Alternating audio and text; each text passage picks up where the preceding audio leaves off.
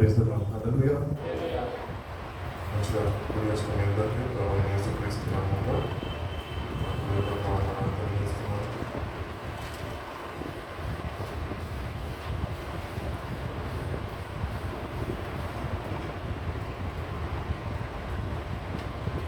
దేవుని బిడ్డలకు రక్షణ పొందుకున్న మనము ఎన్నో వాక్యాలు విన్నాము. ఎన్నో వాక్యాలు గ్రంథ పాఠము నేర్చుకొని ఉన్నాము. ఆ ప్రకారము నడుచుకునే వారమే ఉన్నాం. వినాలా, నేర్చుకోవాలా, ఆ ప్రకారము నడవాలా, లేక జీవించాలి అని దేవుని వాక్యము కోరుకుంటున్నాను. కాబట్టి దేవుడు వాక్యాన్ని నిలిపించడం అంటే ఆ వాక్యాన్ని విని ఆయన యొక్క విశ్వాసం ఉంచుకోవాలి. అంటే విశ్వాసాన్ని కనపరచాలా. అంటే అందుకనే ఆ విన్న వాక్య ప్రకారం మన జీవితాలు మార్చబడి మనమంట ఆయన స్వరూపంలోనికి మనము తీర్చిదిద్దబడాలి అని దేవుని వాక్యం చూపిస్తుంది. కొరింథీయులకు రాసిన మొదటి పత్రిక 11వ అధ్యాయము 1వ వాక్యం చదువుతుంది. నేను క్రీస్తుని పోలి నడుచుకుంటున్న ప్రకారము మీరు కూడా నన్ను పోలి నడుచుకున్నది అని అపోస్తలుడైన పౌలు మనకి తన పత్రికల ద్వారా నేను సార్వత్రిక సంఘానికి ఆయన తెలియజేస్తున్నాను. చెవి ఉన్నవాడు ఆత్మ చెప్పుకున్న మాటని వినను దాకా. కాబట్టి వాక్యమైన దేవుడు ఆత్మస్వరూపిగా నీతోని నాతోని ఆయన మాట్లాడుతున్నాడు. కాబట్టి ఆయన మాట్లాడుతుండగా మనము ఆ మాటకు విధేయత చూపేవారుగా మనం ఉండాలి. You need a lot of obedience towards the word of God. దేవుని వాక్యాన్ని చదువుతున్న మనము వినయము, విధేయత కనపరిచి ఆ ప్రకారము ఆ వాక్యానికి లోబడి జీవించేవారుగా మనం ఉండాలి. కాబట్టి పౌలు తన జీవితంలో సౌలుగా ఉన్నప్పుడు సంఘాన్ని హింసించాడు, దూషించాడు. అనేక దేవుని బిడ్డల్ని ఆయన హతమార్చాడు. కానీ ఎప్పుడైతే దమస్కు మార్గంలో ఆయన దేవుని యొక్క దర్శనాన్ని ఆయన పొందుతున్నాడు, ఆ దర్శనం ఎప్పుడైతే ఆయన కలిగిందో అప్పుడు సౌలు పౌలుగా మార్చబడ్డాడు. ఒకప్పుడు హింసకుడిని దూషించేవాడిని అని అంటున్నాడు. కానీ ఇప్పుడు ఆయన సంఘాన్ని కట్టే ఒక విలువైన పాత్ర వలె దేవుని చేతిలో దేవుని ఆత్మ ద్వారా నింపబడి ఆయన నడిపింపబడుతున్నాడు. సో దేవుని ఆత్మ ద్వారా నడిపింపబడుతూ ఉన్న సమయంలో ఆయన తెలియజేస్తున్న మాట ఏంటి అనగా, నేను క్రీస్తుని పోలి నడుచుకొని ఉన్నాను, మీరు నన్ను పోలి నడుచుకుని. అంటే ఒకవేళ ఒక వ్యక్తిని చూసి మనము పోలి నడుస్తున్నాము అంటే ఆ వ్యక్తిలో కొన్ని క్వాలిటీస్ మనకి నచ్చాలి. ఆ ప్రకారం మనం ఉండాలి అని ఆశపడతాం. కొంతమంది తెర మీద చూస్తుంటాం, ఎవరిని, సెలబ్రిటీస్ని. ఆ ప్రకారం మేము ఉండాలి, ఆ ప్రకారం మేము ఉండాలి. ఇంకా కుర్రోళ్ళు అయితే సేమ్ పేరు కట్ అనమాట. రెబెల్ స్టార్, పవన్ స్టార్, ఈ స్టార్, ఆ స్టార్ అని చెప్పి డిఫరెంట్గా వాళ్ళ ప్రకారము వాళ్ళ వ్యక్తిలో చూసిన క్వాలిటీస్ వాళ్ళు ధరింపజేసుకొని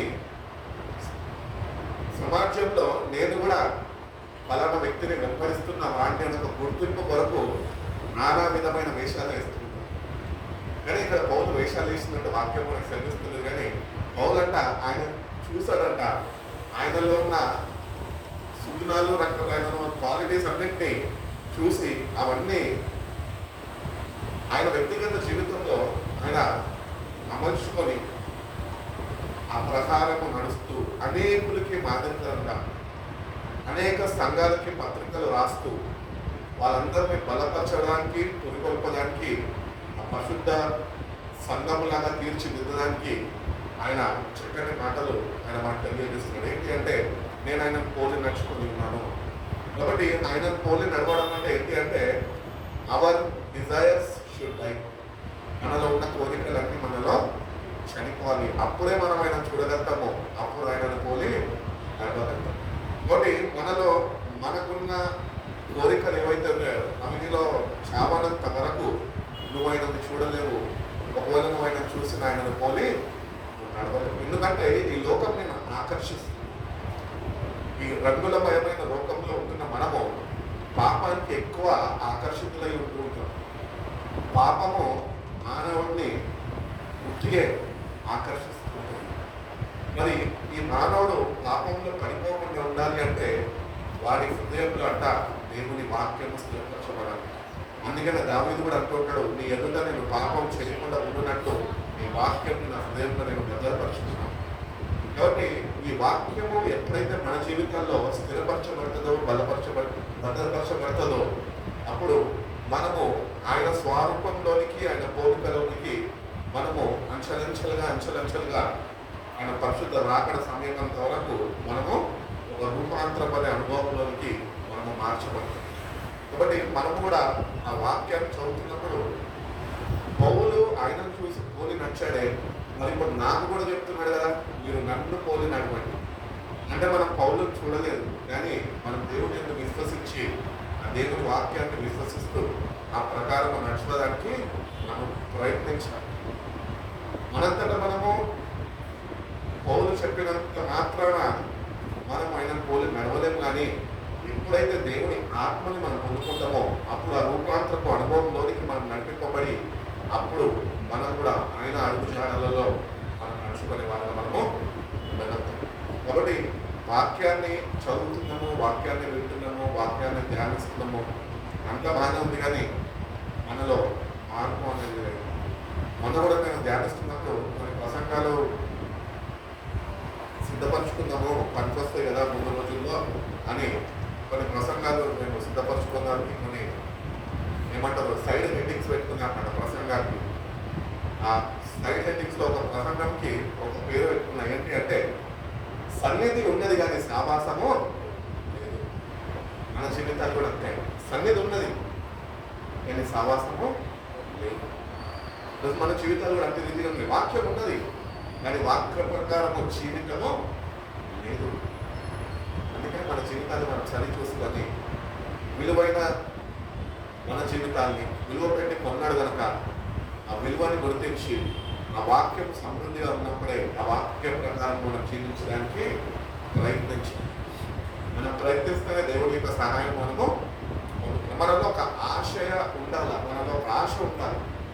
ప్రభా ఈ పోలికలను మార్చాలి, ఈ వాక్యం నా జీవితంలో స్థిరపరిచాలి, ఆ ప్రకారం నీ అడుగుజాడలలో ఎట్టి రీతిగా నడుచుకోవాలో నీ కృపని నాపై విస్తరింపజేసి నన్ను నడిపించయ్యా అని మనం ఎప్పుడైతే దేవుని సన్నిధిలో ఆసక్తిని కనపరుస్తూ దేవుని సన్నిధిలో ఆయన సహాయాన్ని వేడుకుంటామో దేవుడు తప్పక ఆనాడు కఠినాత్ములైన సౌలుని మార్చుకున్న రీతిగా నేడు నీ నా జీవితాన్ని కూడా మార్చి పౌలు వలె ఒక నూతన సాక్ష్యాన్ని దేవుడు మనకి ఆయన ఇవ్వాలని ఆశపడుతున్నాడు.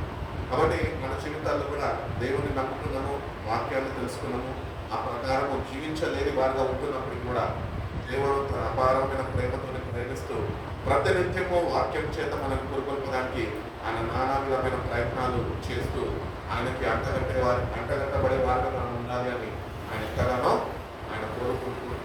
కాబట్టి ఆయన కోరికని నెరవేర్చే వారిగా మనము ఉండాలి అని దేవుడు కోరుకుంటున్నాడు. కాబట్టి దేవుడిని ప్రేమించే వారు ఆయన ఆజ్ఞలని కనిపెట్టాలని వాక్యం చూపిస్తారు. కాబట్టి దేవుడు తన వాక్యాన్ని మనకు ఎందుకు అందజేశాడు అంటే నువ్వు పాపంలో జీవిస్తున్న నువ్వు ఈ పాపిష్టి లోకంలో ఉంటున్న నువ్వు ఒక పవిత్రమైన జీవితము, పరిశుద్ధమైన జీవితము, ఆయనని వెంబడించే జీవితము, ఆయన కొరకు నువ్వు జీవించాలనే జీవితము నువ్వు కలిగి ఉండాలని దేవుడు తన పరిశుద్ధ వాక్యాన్ని మనకి అందజేసి ఎంతోమంది ప్రాణత్యాగాలు మనం చూసుకున్నట్లయితే మన భారతదేశానికి స్వతంత్రం వచ్చినప్పుడు ఎంతోమంది రక్తాన్ని చిందించి ఎంతోమంది ప్రాణాన్ని ఆరపోసుకొని ఈరోజు ఈ స్వేచ్ఛని మనకి ఇచ్చారు. ఈ రీతిగా కూర్చొని మనము ఆరాధిస్తున్నామో, దేవుడిని స్థుతించగలుగుతున్నామో, అట్టి రీతిగా దేవుని మందిరానికి మనకి ప్రార్థనలు ఉన్నప్పుడు ప్రతిసారి మనకి ఏ ఆటంకము లేకుండా మనం వెళ్ళగలుగుతున్నామో అంటే ఆనాడు ప్రాణత్యాగము చేశారు కనుకనే ఈరోజు మనకి ఈ స్వేచ్ఛ మనకు అనుగ్రహింపబడ్డది. అట్టి రీతిగానే క్రీస్తు కూడా నీ కొరకు నా కొరకు మన పాపాల నిమిత్తము ఆయన ప్రాయశ్చిత్త బలిగా తాను అప్పగించుకొని బలియాగముగా తను అప్పగించుకొని నీకు నాకు స్వేచ్ఛనిచ్చాడు. ఏంటి అంటే ఈ పాపిష్టి లోకంలోనే పరిశుద్ధమైన జీవితమైన కొరకు జీవించాలి. హల్లెలూయా. కాబట్టి ఈ పాపిష్టి లోకంలో ఉంటున్న మనము దేవుని బిడ్డలుగా బాప్తిజము పొందుకున్నామో, రక్షణ పొందుకున్నామో, అటు రీతిగానే వాక్యాన్ని వింటున్నాము, చదువుతున్నాం, కానీ ఆ ప్రకారము జీవించలేని వారిగా మనం ఉంటున్నాం. కాబట్టి నేటి నుంచి ఆ వాక్య ప్రకారము జీవించే కృప నా కళ్ళను విస్తరింపజే ప్రభా.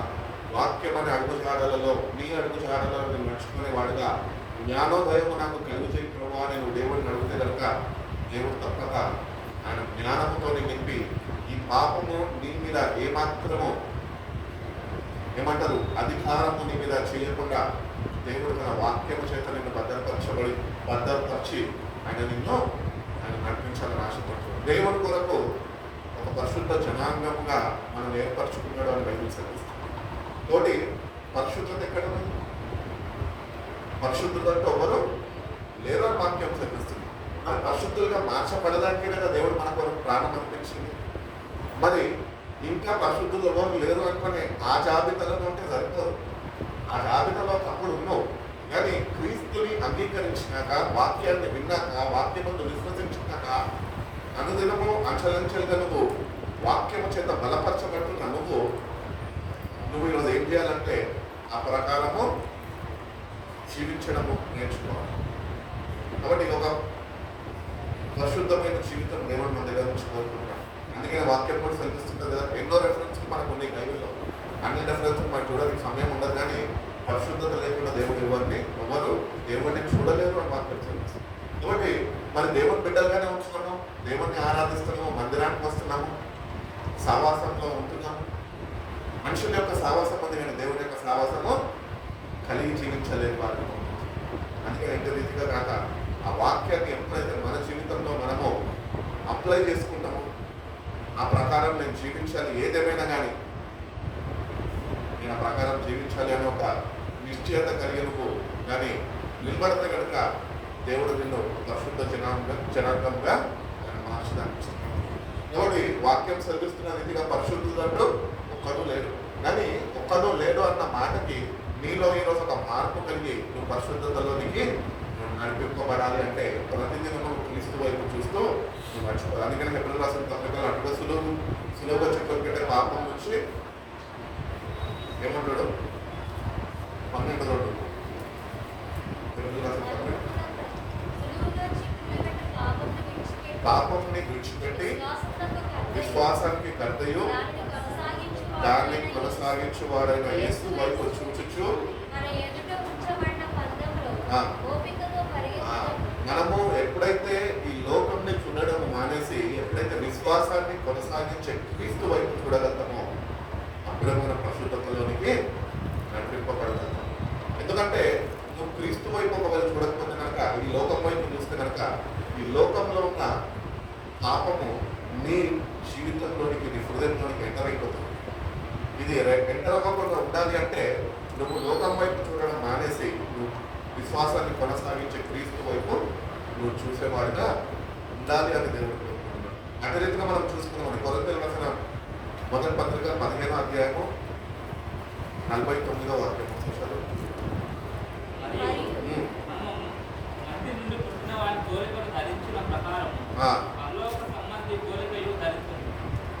ఇక్కడ ఏమని తెలియజేస్తారంటే మనం మనిషి యొక్క పోలికలో మనం పుట్టి ఉన్నాము. అనగా మన మూల పితరుడు ఎవరు?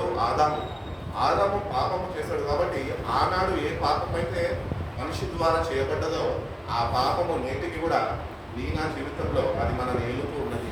అందుకనే ఆ వ్యక్తి ఎట్టి రీతిగా అయితే ఆ స్వరూపంలో మనము మనిషి స్వరూపంలో చేపట్టమో అట్టి రీతిగానే ప్రభు నీ కొరకు నా కొరకు ఆ పరముని విడిచి భూమిపైకి వచ్చి ఒక పరిశుద్ధ జీవితాన్ని మనకి ఇచ్చేదానికి ఆయన చూపిన మార్గాన్ని మనం ఎంచుకొని మనం కూడా ఒక నవీన స్వభావము ధరించుకోవాలి. ఒక నూతన స్వభావం అందుకనే బైబిల్ చదివిస్తుంటుంది కదా, క్రీస్తునందు ఉన్నవాడు నూతన సృష్టి, ఆత్మని గతించిన సమస్తము కొత్తవాయి. కాబట్టి మనలో ఒక మార్పు దేవుడు కోరుకుంటున్నాడు. అన్ని మారాలి, కొన్ని మారితే జరుగుతుంది. కొంతమంది చెప్తా ఉంటారు, ఏమని చెప్తారంటే ప్రార్థనకు వచ్చిన దేవుడు తెలుసుకున్న రక్షణ పొందుతున్నారు, అంతమానే అమ్మో ఇట్లా ఉండకూడదు, ఈ పద్ధతులు మనకి తగవు, ఈ ప్రకారం నడిచిపోతామా, ఈ మానుకోండి అంటే మాస్టర్ గారు అంటే అన్ని మానేసామని, కానీ ఇవైతే మేము పుట్టుక నుంచి వచ్చినాయండి, ఇవి ఒక్కటే మేము మానలేము, నేను చెప్పినట్టు అన్ని మానేసాం అని ఒక 2-3 ఉంటాయి చూడండి, అవి మానాలండి.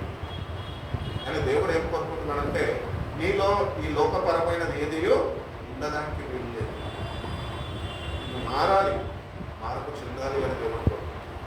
కాబట్టి ఆ మార్పు మనలో ఉంటేనే మనము ఆయన స్వార్థంలోనికి మనకు మార్చబడాలి. ఆ మార్పు మనం కోరుకోవాలి. దేవుని దగ్గరకు వస్తున్నప్పుడు దేవుని దగ్గర అనేక విషయాలు అడుగుతూ ఉంటాము, అనేక మాకు సహాయం చేయాలి, దేవుడి యొక్క సహాయం కొరకు వేడుకుంటూ ఉంటాం. అట్టి రీతిగానే మన జీవితంలో మనకు ఒక ఆశ ఉండాలి. ఏంటి అంటే ప్రభా నీ స్వరూపంలోనికి నేను మార్చబడాలి, మార్పు నాకు కావాలి, నన్ను మార్చయ్యా నన్ను దేవుడిని అడిగినప్పుడు దేవుడు తప్పక మార్పు నీ జీవితంలో ఆయన కలుగు చేస్తామని ఆయన తెలియజేస్తున్నాను. ఇది మాటలు మీకు ఎందుకు తెలియజేయాలనుకున్నానంటే యేసు ప్రభు వారి భూమి మీద సంచరిస్తున్నప్పుడు కొండ మీద ప్రసంగం చేశారు. అందరికీ తెలిసిన ఈ ప్రసంగం ఈరోజు వాక్యం ఇప్పటివరకు చాలా ఇన్ఫర్మేషన్ మాత్రమే. కాబట్టి ఆ వాక్యంలోకి వెళ్తాం. మత్తయి వారికి 5వ అధ్యాయం 3వ వాక్యం నుంచి మనం చదువుకుంటాం. వీటిని ఏమంటారంటే ఈ ఈ కొండ మీద ప్రసంగంకి మీ తెలుగు బైబిల్లో సైడ్ హెడ్డింగ్ ఇవ్వడమో, కానీ ఇంగ్లీష్ బైబిల్లో ఏమని ఇస్తారు సైడ్ హెడ్డింగ్ బి యాటిట్యూడ్స్ అని ఇస్తారు.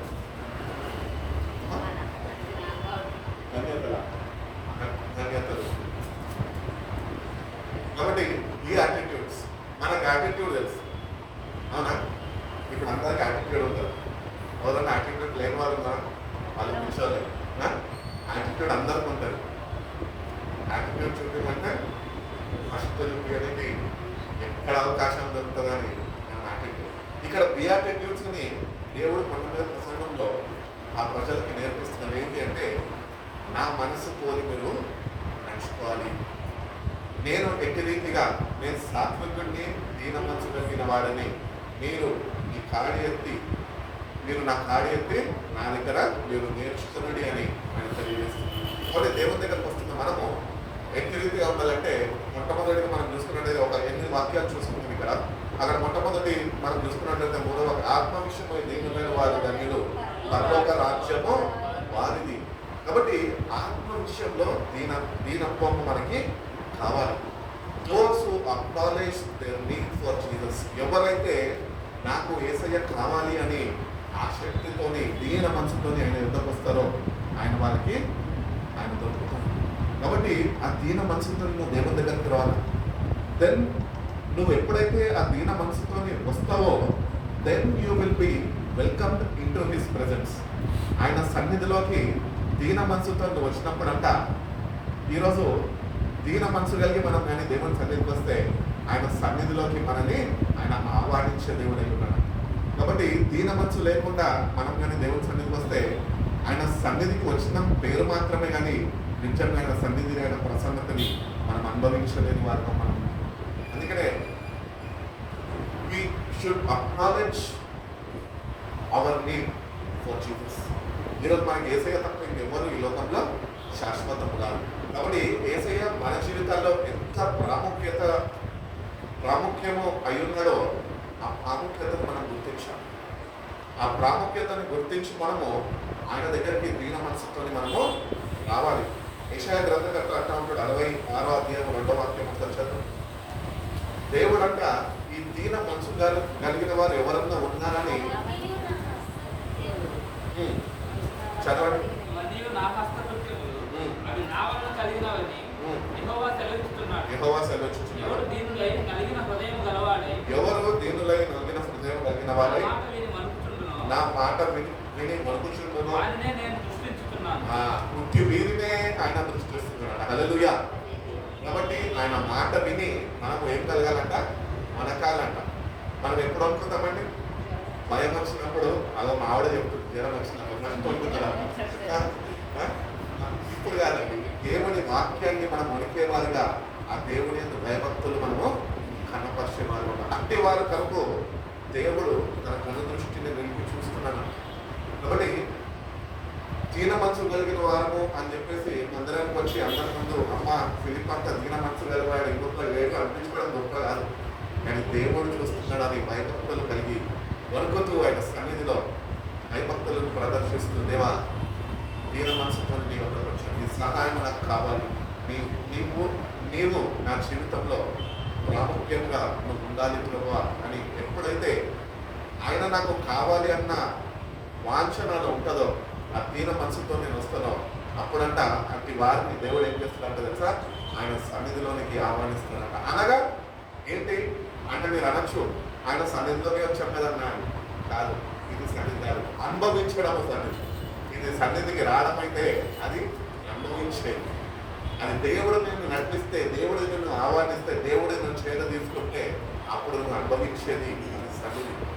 అందుకని నేను ప్రసంగం కూడా మెయింటైన్ చేసుకుంటున్నాను, కొన్ని టైటిల్స్ రాసుకుంటున్నాను. సావాసం ఉన్నది కానీ సన్నిధి ఉన్నది కానీ సావాసము లేదు. కానీ దేవుడు మన దగ్గర నుంచి ఏం కోరుకుంటున్నానంటే ఆయనతో సావాసం ఉండాలి. మందిరంతో వచ్చినప్పుడు మందిరంలో ఉన్నవారితో సావాసం కాదు నీకు కావాల్సింది. నీకు కావాల్సింది దేవుడితో సరి చేసుకొని జీవితాన్ని సరి చూసుకో. దీన మనసు కలిగిన వాడిగా నువ్వు వస్తున్నావా, ఆయన సన్నిధి నువ్వు అనుభవించవచ్చు. ఒకవేళ దీన మనసు లేకుండా నువ్వు ఎవడేమంటాడులే నాకెందుకులే, ఎవరెక్కిపోతే నాకేంటి అని విరమిగా మనసుతో కానీ లోపలికి వచ్చిననుకో, దేవుడు నీ మీద లక్ష్యం ఉంచలేడు. అటు రీతిగానే ఆయన సన్నిధిని నువ్వు అనుభవించలేని వాడుగానే నిన్ను అక్కడి నుంచి వస్తున్నాడు. కాబట్టి అందరూ అనుకుంటూ ఉంటామో మందిరానికి వచ్చినప్పుడల్లా చక్కటి ఆరాధన జరిగినప్పుడు, వాయిద్యాలు వాయించినప్పుడు పరలోకములాగా ఆరాధన చేస్తున్నారు అని అనుకొని ఒక భ్రమలో ఉంటాం. కానీ నిజంగా దేవుని సన్నిధిని అనుభవించలేము. ఎవరు అనుభవిస్తారు అంటే దీన మనసులు, ఎవరైతే విరిగినలిగిన మనసుతోని ఆయన సన్నిధిలోని ప్రవేశిస్తారో వాళ్ళు మాత్రమే ఆయన సన్నిధిని అనుభవించగలుగుతారు అని దేవుడు కదా. అదే యెషయా గ్రంథం 57వ అధ్యాయము 15వ వాక్యము కొంచెం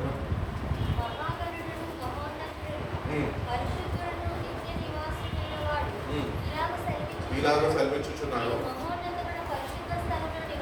నేను మహోన్నతమైన పరిశుద్ధ స్థలంలో నివసించువాడును, ఆయనను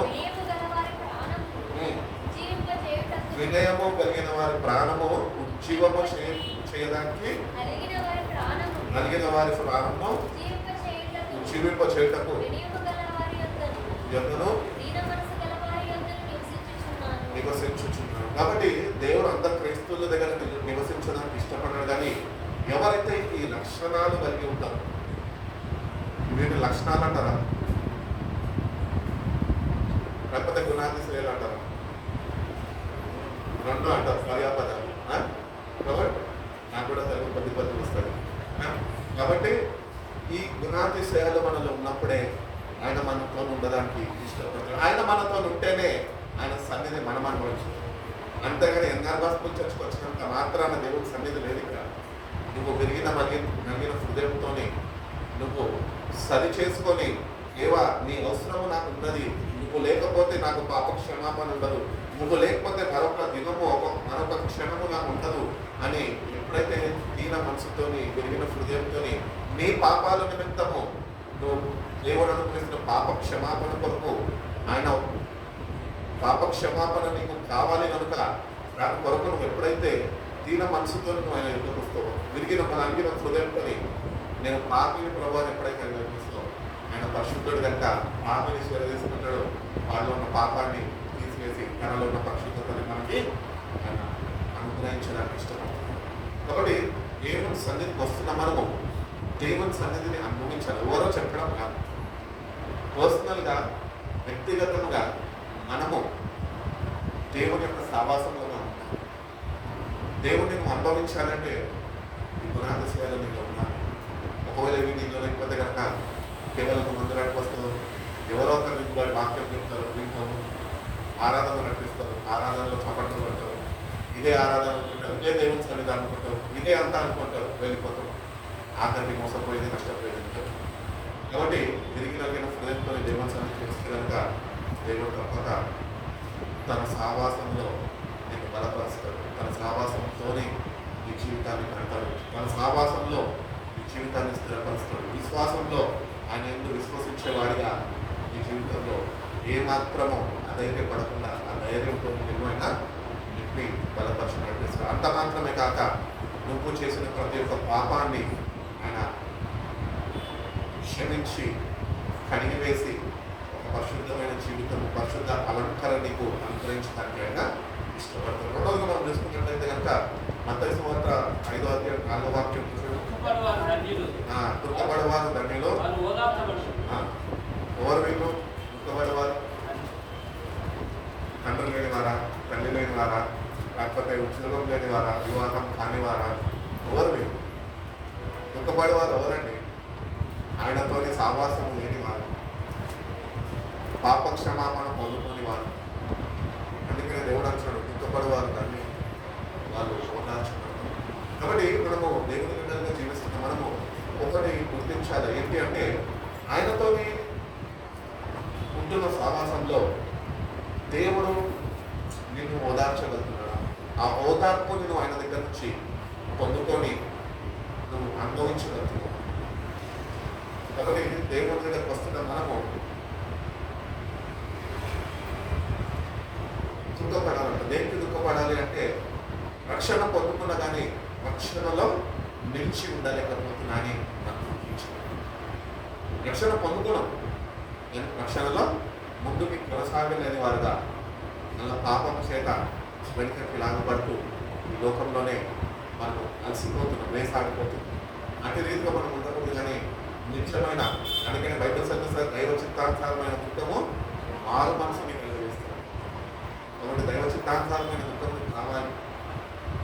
ప్రభా సత్యాన్ని తెలుసుకున్నా, సత్యాన్ని ఎరిగి ఉన్నా, సత్యంలో నడుచుకోవాలనుకుంటున్నా కానీ పాపిష్టి మార్గాల్లోనే నేను ఉంటున్నా ప్రభా. దాని నిమిత్తము నేను నీ సన్నిధికి వచ్చి నేను గుర్తిస్తున్నాను. నన్ను ఓదార్చవా?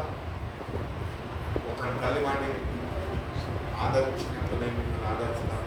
ఆ ఓదార్పు ఆయన దగ్గర నుంచి మనకు ఎప్పుడైతే నువ్వు ఆయన అనుగ్రహిస్తున్న ఆదరణని, ఓదార్పుని నువ్వు ఆశిస్తావు, అది నాకు కావాలి అని ఆయన సన్నిధిలో నువ్వు ఆయన సన్నిధిలో బ్రతిమలాడుకుంటావు, దేవుడు తప్పక ఆయన నిన్ను ఓదార్చే దేవుడు. ఒకటి ఆ ఓదార్పు ఈ లోకంలో ఎవరు ఓదార్చడండి. ఇంత ప్రేమిస్తుందని చెప్పినా కూడా కొన్ని సమయాల్లో ఈ కర్మను నేనేం చేయాలంట, నేను అట్లనంట, అమ్మనన్నాక అట్లనంట. ఎందుకంటే నేను ఎవ్వరి మీద ఆధారపడము, ఎవ్వరు నా మీద ఆధారపడదాన్ని కూడా నేను ఇష్టపడాను. నేను దేవుని మీద ఆధారపడతాను, నా వల్లే మీరు కూడా దేవుని మీద ఆధారపడాలని ఆశిస్తాను అంతే తప్ప. కాబట్టి ఈ ఓదార్పు అనేది మనకి దేవుని దగ్గర నుంచి మనకు రావాలి. దేవుడు మనల్ని ఆదరించాలి, దేవుడు మనల్ని ఓదార్చాలి. కాబట్టి నువ్వు ఆయన దగ్గరకు వస్తున్నప్పుడు నువ్వు దుఃఖపడాలి. దేని గురించి దుఃఖపడాలంటే పాపములోనే నేను ఇంకా జీవిస్తున్నాను ప్రభా. దావీదు అంటాడు కదా 51వ కీర్తనలో, పాపంలోనే నా తల్లిదండ్రులు గర్భంలో ధరించుకున్నాడు, పాపంలోనే నేను జన్మించాను. కాబట్టి ఈ పాపం నుంచి విరుగుదల మనకు కావాలి. ఈ పాపం నుంచి విరుగుదలని కావాలి అంటే నువ్వు దేవుని సన్నిధికి వచ్చి నువ్వు ఆయన దగ్గర దుఃఖపడుతూ ప్రభా పాపిని ఇంకా పాప క్షమాపణ పొందుకోలేదు అని నువ్వు దుఃఖపడి నువ్వు కానీ నువ్వు నన్ను ఓదార్చవా ప్రభా, నా పాపాలను నువ్వు క్షమించవా ప్రభా అంటే దేవుడు తప్పక నాకు నువ్వు వద్దు అని తోసివేయడు కానీ నా బిడ్డ నా దగ్గర అని చెప్పి ఆ ఆదరణ మాటలతోని నేను ఓదార్చి ధైర్యపరిచి అని నీకు తోడుతావు. అందుకనే నీ దుఃఖంలో నాట్యముగా మారుస్తాను. కాబట్టి దేవుని దగ్గరకు వచ్చినప్పుడు నేను చాలా మందిని చూస్తుంటాను. సన్నిధి అనగానే దేవుడు ఉన్నాడు అని ఊహించుకుంటారు, దేవుడు ఇంటున్నాడు అని ప్రార్థనలు చేసేసుకుంటారు, దేవుడు ఉన్నాడు అని చెప్పి ఎక్కి ఏడుస్తుంటారు. దేవుని సన్నిధిలో ఆనందించి మన బైబిల్ చదివిస్తాం. నీకు ఉండొచ్చు బాధలు, నీకు ఈ లోకంలో ఎవరికి లేని కష్టాలు నీకే ఉండొచ్చు, నేను కాదంటలేదు. కానీ దేవుని సన్నిధికి వచ్చినప్పుడు వాడిని పక్కన పెట్టి ఆయనను బట్టి నువ్వు ఆనందించేవారు ఉంటారు. అందుకని నేను అందరికీ చెప్పాలనుకుంటే ఏమో తెలుసా, దేవుని సన్నిధికి వచ్చినప్పుడు ఏదో కోల్పోయినానో లేకపోతే ఏదో భారమంతా నా మీద ఉన్నట్టు ఓర్మని ఏడ్చి పక్కన వాళ్ళు డిస్టర్బ్ చేయరు ప్లీజ్. పక్కన వాళ్ళు కూడా సావాసాన్ని కోల్పోతారు, సన్నిధి అనుభవించారు. ఉండొచ్చు ప్రతి ఒక్కరికి బాధలు ఉంటాయి. నాకు కూడా ఎన్నో బాధలు అయినా నేను చెప్పాను ఎవరికి. ఎందుకు నాకు ఒక ఆయన ఉన్నాడు, ఆయన చెప్తున్నాను. ఆయనకు ఎప్పుడైతే చెప్పుకుంటానో నాకు నెమ్మది ఏమైనా దొరుకుతుంది. ఇంకా నేను దాని గురించి ఎక్కువ ఆలోచించాను. ఎందుకంటే చూసుకునే వాడు అయినా నడిపించే వాడు అయినా ఆ విశ్వాసం నాకు ఇచ్చాడు. అటు విశ్వాసంలో నడుచుకుంటున్నాను.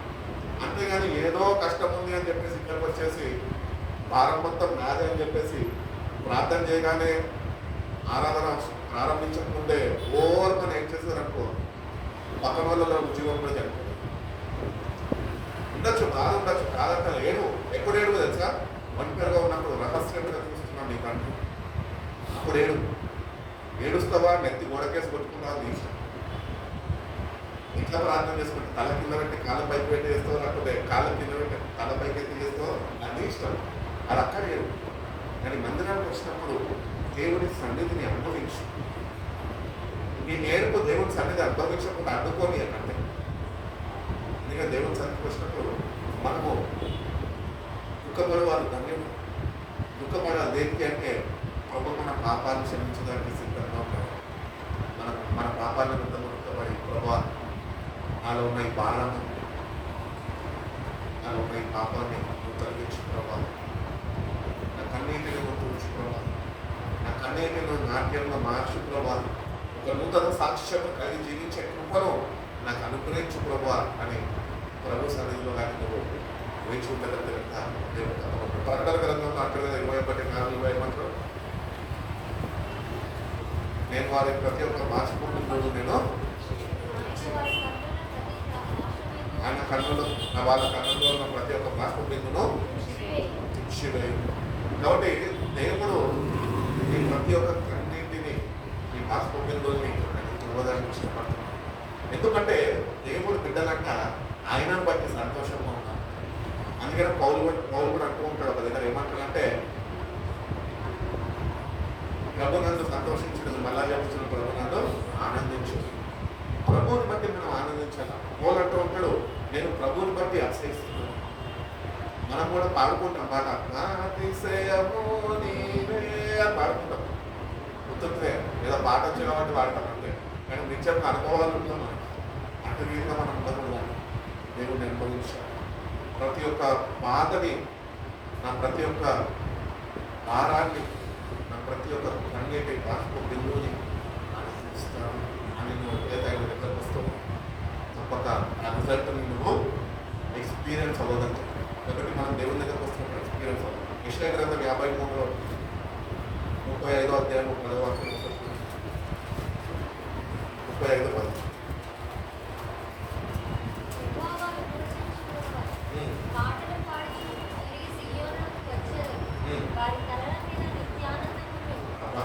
చూడండి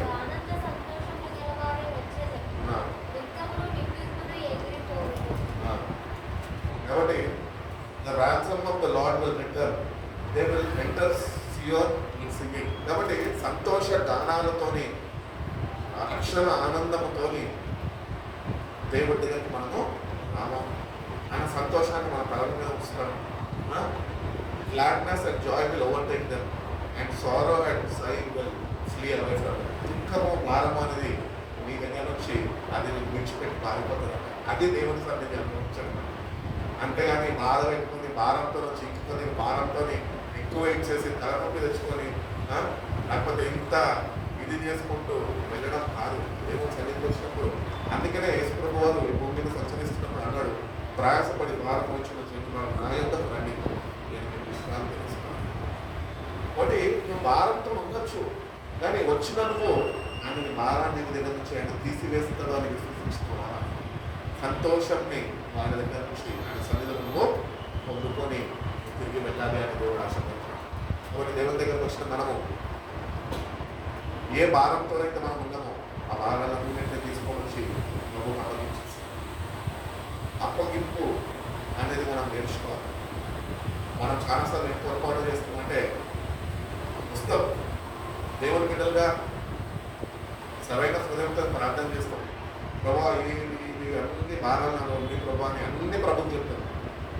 కానీ వెళ్ళిపోయేటప్పుడు ప్రభుత్వం చెప్తాము ప్రభా ఓకేనా చూసుకుంటావు కదా రైట్ థ్యాంక్ యూ లార్డ్ అని చెప్పేస్తాము. అలా ఉండేసుకుని అలా దిగులో పెట్టుకుని అట్టి రీతిగా కాదండి మన జీవితం. క్రైస్తవ జీవితం అట్టి రీతిగా ఉండమని దేవుడు చెప్తాం. అట్టి రీతిగా జీవించమని దేవుడు ఆశించాలి. దేవుడు ఎట్టి రీతిగా జీవించమని ఆశించాడంటే తన బిడ్డల్ని నువ్వు ఏ భారం అన్నా కలిగి ఉండదు, నువ్వు అది తీసుకొచ్చి నా సన్నిధిలో నా దగ్గర విడిచిపెట్టి నువ్వు తేలికపడి తిరిగి వెళ్ళి అప్పుడు నా సన్నిధిని నా కార్యాలని నువ్వు చూడగలతో అనుభవించు. మళ్ళా తీసుకొచ్చి భారమే తీసుకొని పోతే దేవుని యొక్క కార్యాలయం అడ్డుకుంటాయి. అందుకనే మన భారాలన్నింటినీ అందుకని నేను రాత్రి కూడా ఆన్లైన్ మెసేజ్లో ఒకరు చెప్తాను కదా, నీ చింత యావత్తు నా మీద నేను నీ గురించి చింతిస్తున్నానని ప్రభు తెలియజేస్తున్నాను. కాబట్టి మన చింత యావత్తు ఆయన మీద మోపేవారికి మనకు ఉన్నప్పుడే ఆయన సన్నిధి, ఆయన ప్రసన్నత మనము వ్యక్తిగత జీవితాల్లో మనము అనుభవించగలుగుతాము అని తెలియజేస్తాం. మత్తయి సువార్త 5:5 ఏమంటారు చూడండి, సాత్వికులు ధన్యులు. ఎవరు వీళ్ళు సాత్వికులు? ఎవరు? మనకు తెలిసిన వాళ్ళు ఎవరైనా ఉన్నారా సాత్వికులు? మన ప్రధానమంత్రి దేశానంతా స్వతంత్రించుకున్నాడు. సాత్వికుడా? సాధగా వారి గురించి అయితే స్వతంత్రించుకున్నాడు, కానీ సాత్వికుడు కాదు. ఒకటి సాత్వికుడు ఎవరు చెప్పాలి? సాత్వికులు అంటే మోసే సాత్వికుడు, దీన మనసు కలిగిన వాడు. సాత్వికం అనేది దేవుడి మనసు, అంటే మనసు మనం కూడా కలిగి ఉండాలి అని దేవుడు కోరుకుంటున్నాడు. Blessed are the meek for they will inherit. ఒకటి మీక్ స్పిరిట్ అనేది నాకు కావాలి. ఆత్మ విషయంలో ఎట్టి రీతిగా అయితే దీనత్వంలో అట్టి రీతిగానే సాత్వికము మనము కలిగి జీవించాలి అని దేవుడు కోరుకుంటున్నాడు. దాన్ని చూస్తామండి. కీర్తనల గ్రంథం 37వ అధ్యాయం 11వ వాక్యం చూడండి. ముగించేస్తాను. దీనిలో భూమిని స్వతంత్రించుకుందులో బహుక్షేమం కలిగి సిద్ధించారు. కాబట్టి దీనులంట స్వతంత్రించుకుంటారు. ఏంటి స్వతంత్రం అంటే దేవుడు ఇస్తున్న ప్రతి ఒక్క ఆజ్ఞలు, దేవుడు ఇస్తున్న ప్రతి ఒక్క వాగ్దానాల్ని వాళ్ళు స్వతంత్రించుకుంటారు. ఈ లోకాన్ని స్వతంత్రించుకుంటే మనకు ఏం రాదండి. ఈ లోకంలో నువ్వు ఎన్ని స్థలాలు కొనుక్కున్నా, ఎన్ని పొలాలు కొనుక్కున్నా అవన్నీ హక్కు రావు. కానీ ఎప్పుడైతే నువ్వు దేవుని వాగ్దానాలు నువ్వు స్వతంత్రించుకుంటావో అవి నిత్యత్వంలోనికి నేను కాబట్టి దేవుడు తెలియజేస్తున్నాడు. సాత్వికులు అనగా వాళ్ళు స్వతంత్రించుకునే వాళ్ళు దేవుని వాగ్దానాల్ని వాళ్ళు స్వతంత్రించుకుంటారు. ఆ క్షేమకరమైన మార్గంలో వాళ్ళు నడుపుకోబడతారు. ఆ దేవుడు చేసిన ప్రతి ఒక్క వాగ్దానము వాళ్ళ జీవితంలో నెరవేర్పుని వాళ్ళు చూసి అనుభవిస్తూ వీళ్ళు సాత్వికులు. అందరూ అనుభవించలేదు. దేవుడు ఎన్నోసార్లు మనకి ప్రామిసెస్ చేస్తుండొచ్చు, కానీ మన జీవితంలో దేవుడు ఎన్నిసార్లు ప్రామిసెస్ చేసినప్పటికీ ఎన్ని ఫుల్ఫిల్ అయింది?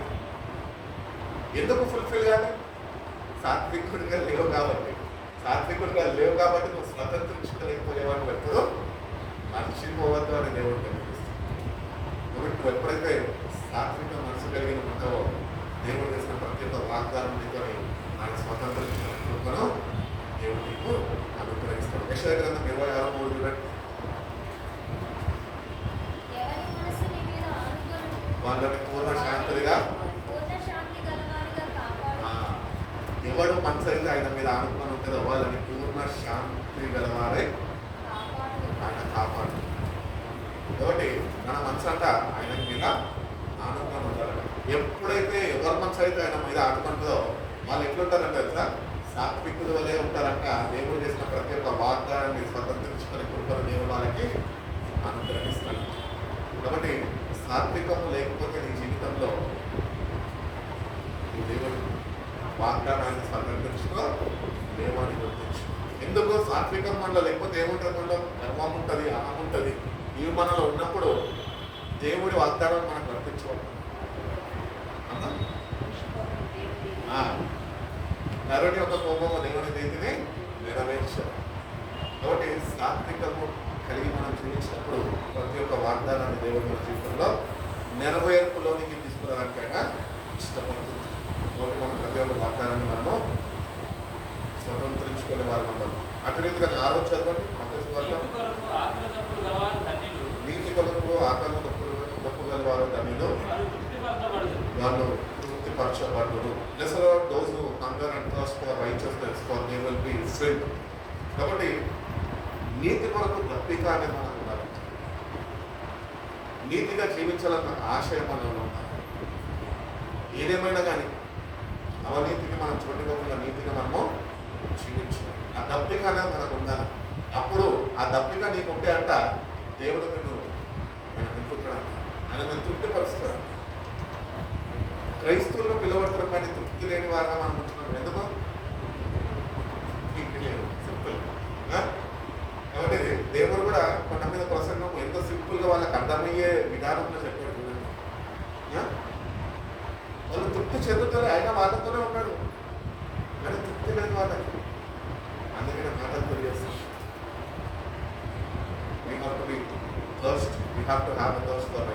నీతిగా, నీతి కొరకు ఆకలి గంపులు మనకి ఉన్నప్పుడు దేవుడు మనల్ని తృప్తిపరుస్తుంది. నీతిగా జీవించాలి, క్రీస్తు కొరకు మనం జీవించాలి.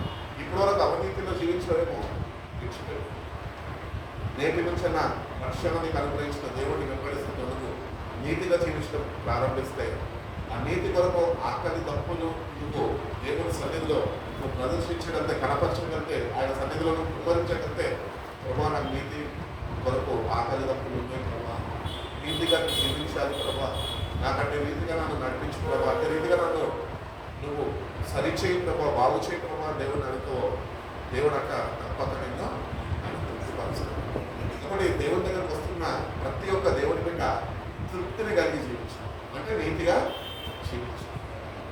నీతి లేకపోతే తృప్తి నీలో ఉండదు అని దేవుని వాక్యం చెప్పిస్తుంది. కాబట్టి ఎప్పుడైతే నువ్వు ఫిల్ చేయబడాలో, సాటిస్ఫైడ్గా జీవించాలనుకో, నువ్వు నీతిగా జీవించినప్పుడే ఆ సంతోషము నీలో ఉంటుంది. ఎవరు నిన్నే వెనక్కి చూపించాలి. నీతిగా జీవిస్తే ఎవడని చూపించగలరా? మళ్ళీ ఏమన్నా లోపాలంటేనే వాడింటాడు వాడింటాడు అని మాట్లాడుతున్నప్పుడు అది మనకి ఒక కనువిప్పు. ఆ కనువిప్పుగా తీసుకొని మన జీవితాన్ని మనము సరిదిద్దుకొని నీతి కొరకు ఆకలి తప్పులుగా మనం కానీ జీవించేటట్టు కనుక దేవుడు మనని ఆయన తృప్తిపరుస్తున్నాడు. మనం చూసుకున్నాం కదా, యోహాను సువార్త 7వ అధ్యాయము 4వ అధ్యాయము 14వ వాక్యం.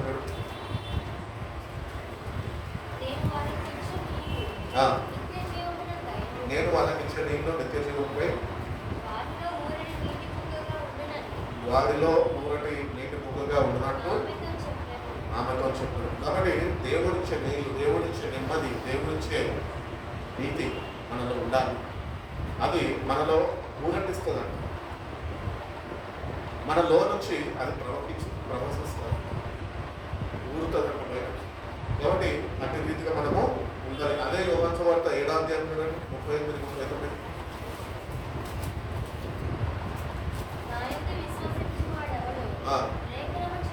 లేఖనము చెప్పినట్టు వాడి కడుపులో నుండి జీవపు జల నదులు వారనని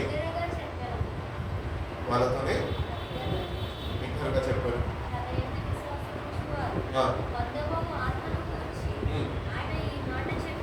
ఆయన ఈ మాట చెప్పాడు చాలండి. కాబట్టి ఆయన ఎందుకు వాళ్ళతో ఈ మాట చెప్పాడంటే వాళ్ళు ఆత్మపూర్ణులై వాళ్ళ జీవితాలు మార్చుకోవడానికి, ఆత్మని కలిగి వాళ్ళు జీవించాలి. అందుకనే దేవుని వాక్యం చదివిస్తుంటారు. ఏమంటే ఆత్మ లేనివాడు ఆయన వాడు కాలేదు. కాబట్టి ఆత్మని మనం మన దేవుని సన్నిధికి వస్తున్నప్పుడు ఏదో భాషలు మాట్లాడే లేకపోతే భావాలు చెప్పిన వాడు కాదు. చాలామంది ఉన్నారు ఈరోజు సమాజంలో, సంఘాల్లో మనం చూస్తున్నప్పుడు అన్ని బాగానే ఉన్నాయి. భాషలు మాట్లాడతారు, వరాలు ఉన్నాయి, కానీ స్థలాలు లేని వారు వాళ్ళు. ఆత్మకాలంలో మొట్టమొదటి ప్రేమ అదే లేదు వాళ్ళు, కానీ వరాలు అన్నిటికంటే ఉన్నాయి. అందుకని పౌలు అంటాడు, నేను భాషలు మాట్లాడాను, దేవదూతల భాషలు మాట్లాడినాను, నేను ప్రేమ లేని వాడినైతే నేను పెట్టున్నాయి. తోటి దేవుడు ప్రేమ అయి ఉన్నాడు. మొదటి యోహానులో అంటాడు కదా, దేవుడు ప్రేమ అయి ఉన్నాడు. తోటి ప్రేమ మనలో నిలిచి ఉండాలి. ప్రేమ అనేది మనం జీవించాలి. ఇతరులకి క్రీస్తు ప్రేమని మనలో నుంచి మనం చూపించే వాళ్ళు వాళ్ళు క్రీస్తు ప్రేమని నీలో గుర్తించి వాళ్ళు దాన్ని అనుభవించిన రీతిగా ఉండాలని, ప్రేమ కలిగి వాళ్ళతోనే కలిసిమెలిసి ఉండాలి అని దేవుడు కోరుకుంటున్నాడు. కాబట్టి ఈ ఆయన ఎందరైతే ఆయన దగ్గరకు వస్తారో, ఎందరైతే దేవుని దగ్గరకు వస్తారో, God gives them his spirit, దేవుడు తన ఆత్మని వాళ్ళలో ఉంచుతారు. ఒకటి దేవుని ఆత్మతో మనము నింపబడాలి, అభివృద్ధిగానే నడిపింపబడాలి. ప్రతి దినము దేవుని ప్రేమతోనే మనం నింపబడాలి. దేవుని ప్రేమిస్తున్నాడంటే సరిపోదు, నన్ను ప్రేమించేవాడు ఆజ్ఞలు భయపడి ఆ ప్రకారం నడుచుకుంటాడు. కాబట్టి ప్రతిదినము మనం మన వాక్యంలో సరి చూసుకోవాలి. వాక్యం ప్రకారం నేను నడుచుకుంటున్నానా, జీవించగలుగుతున్నానా, లేదంటే నేను ఆ ప్రకారము జీవించలేని వాడుగా నేను ఉంటున్నాను. ఒకవేళ జీవించలేని వాడుగా ఉంటుంటే ఇమ్మీడియట్గా ఒకటొక పని చేయాలి. ఉపవాస ప్రార్థన డిక్లేర్ చేసుకున్న 3 రోజులు ఫోన్ పక్కన వాడేసుకోవాలి. మన దైవజనురాలు వాక్యంలో ఇస్తున్నప్పుడు చెప్తా ఉంది, ఉపవాస ప్రార్థన అంటే ఏదో శుక్రవారం 12 గంటలకు వచ్చి 3 గంటలకి ముగించడం ఇది ఆచారమైన ఉపవాస ప్రార్థన. ఇది అసలు ఉపవాస ప్రార్థన అంటే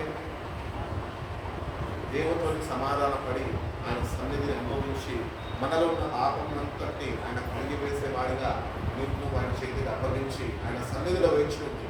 ఏ డిస్ట్రాక్షన్స్ లోకపరమైన ఏవి నువ్వు డిస్టర్బ్ చేయకుండా నువ్వు 3 దినాలు అయిపోతున్నాయి. అది ఉపవాస ప్రార్థన.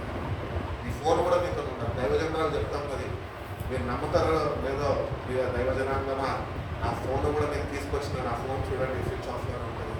ఏ రోజు ఆఫ్ చేశాను, 3 రోజుల క్రితం ఆఫ్ చేశాను. నాకు ఏ డిస్టర్బెన్స్ ఉండదు. ఎందుకంటే ఫోన్ డిస్టర్బెన్స్ అన్నా ఏ డిస్టర్బెన్స్ అన్న నీ జీవితంలో ఉపవాస ప్రార్థనలో ఉన్నప్పుడు ఆయన సన్నిధి పోగొట్టేసుకుంటున్నాను. ఆయన సన్నిధి ఎంత పరిశుభ్రమైన, అంత ప్రాముఖ్యత మనం ఆయనకి ఇవ్వాలి. ఆ ప్రాముఖ్యత ఇచ్చినప్పుడు ఆయన సన్నిధులకు అనుభవించడంతో అని దేవుడు తెలియజేస్తున్నాడు. ఒకటి మనం ఒకవేళ రీతిగా జీవించకపోతే కనుక ఇమ్మీడియట్గా మన జీవితాలు మనం సరి చేసుకునేదానికి దేవునితో ఏకాంతముగా మనము కొద్దిగా సమయము మనం గడపగలిగితే కనుక దేవుడు మన జీవితాల్లో ఒక మార్పుని ఆయన కలిగిస్తుంది. అదేవిధంగా మనం చూసుకున్నామండి మత్తయి సువార్త 5:7, కనికరం కలిగిన వారు ధన్యులు, వాళ్ళు కనికరము పొందుతారు. కనికరం కలిగిన వారు ఎవరు? వీళ్ళు దేవుని బిడ్డలుగా డిఫరెంట్. కనికరాన్ని పొందుతున్నాం కదా, మనం కనికరింపబడ్డాం కాబట్టి కదా ఈరోజు రక్షణ పాటలో నడుచుకుంటాం. ఒకటి కనికరము మనము కలిగి జీవించాలని దేవుడు కోరుకుంటున్నాం. దానికి మనం చూసుకున్నట్లయితే ఎఫెసీయులకు రాసిన పత్రిక 4వ అధ్యాయం 32వ వాక్యం అంటాడు,